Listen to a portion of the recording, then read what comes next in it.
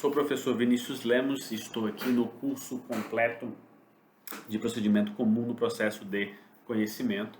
A última aula foi sobre o início, sobre a defesa do réu, ou a resposta do réu, e aí a visão que a defesa é uma teoria da exceção, o que é exceção, as acepções em relação a isso. Agora vamos falar sobre a defesa como matérias e as espécies possíveis em relação a isso. Você pode se defender de diferentes maneiras em relação a isso, né? A primeira maneira aqui é uma divisão entre defesa de admissibilidade e defesa de mérito. O que significa isso? Eu posso me defender somente sobre a admissibilidade do processo. É uma defesa eminentemente processual. Eu falo que algum vício é existente no processo. E por ser um vício existente no processo, eu ataco esse vício. Ao atacar o vício, eu estou me defendendo processualmente, não materialmente. Eu não estou discutindo a inicial, eu estou discutindo a formalidade da própria inicial ou do processo como um todo.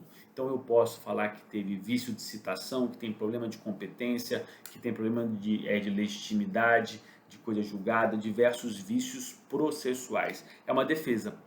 É uma defesa, apesar de não me contrapor ao que o autor quer, eu estou dizendo que o processo está com algum tipo de vício. A outra defesa em si é a defesa de mérito, ou a defesa material, onde eu vou me ater a rebater os argumentos da petição inicial. O autor trouxe os argumentos fáticos, os argumentos jurídicos, e eu vou dialogar com esses argumentos. E aí essa defesa será uma defesa de mérito, onde eu vou discutir o que o processo traz entre a causa de pedir e o pedido sobre o que pleiteia o autor. Então, a primeira divisão entre as espécies de defesa, defesa de admissibilidade e defesa de mérito, ou defesa processual e defesa material.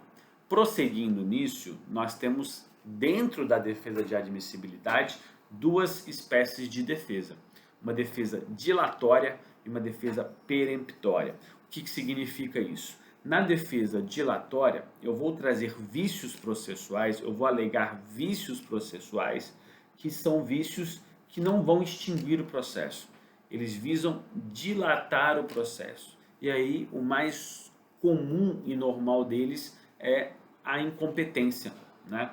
Ou tem outros aqui, como conexão, como continência, como competência adequada, mas a incompetência é o mais fácil de a gente exemplificar. O que significa isso? Quando eu, réu, alego que o juízo é incompetente, relativo absolutamente, eu não quero extinguir o processo. Eu quero que o processo seja corrigido e feita a translatio dices, mandando para o juízo competente. Então nós temos aqui, o processo vai dilatar, vai demorar mais, vai ter que se moldar para essa correção de rumo. Mas ele vai ter uma sanabilidade, ele vai ter essa correção e o processo prossegue em relação a isso. Então tem como o vício ser sanado e ele vai ser dilatado. Só que nós temos os vícios que são peremptórios. O que são vícios peremptórios aqui? Os vícios peremptórios são aqueles que viciam de tal maneira o processo que o seu acolhimento gera a extinção do processo sem resolução do mérito, ou seja, o acolhimento impede o prosseguimento do processo. A gente pode verificar um exemplo aqui, a inépcia da petição inicial. Se eu falo sobre a inépcia da petição inicial, a minha defesa suscita um vício que não tem como julgar.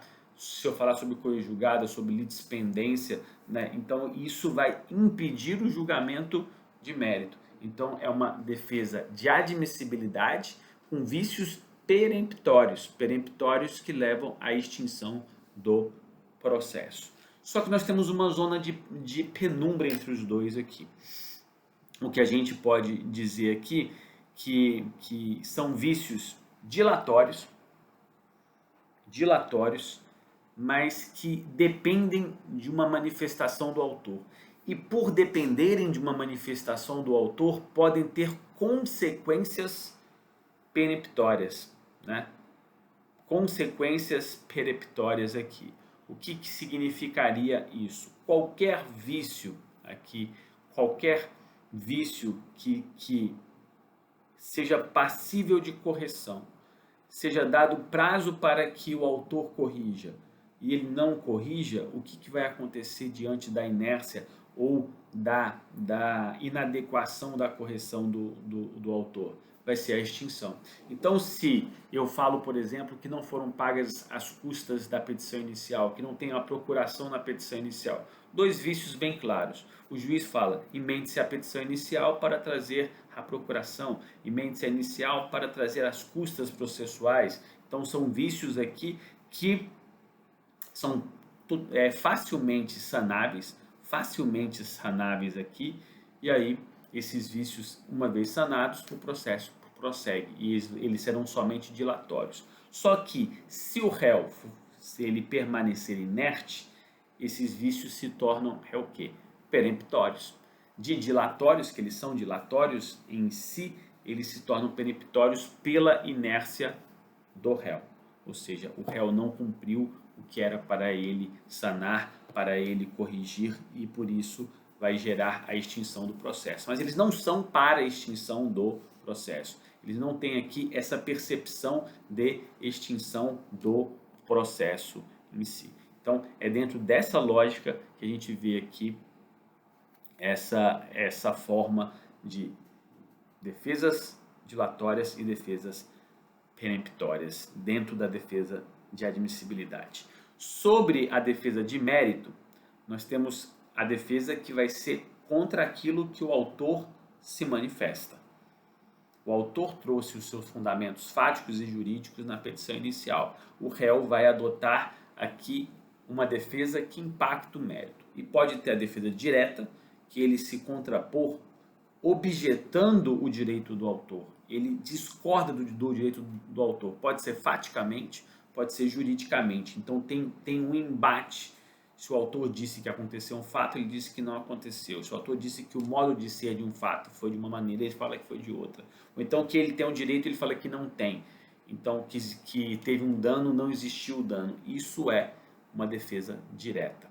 E aí ele tem uma discussão direta sobre a alegação do autor. Porém, é possível que o autor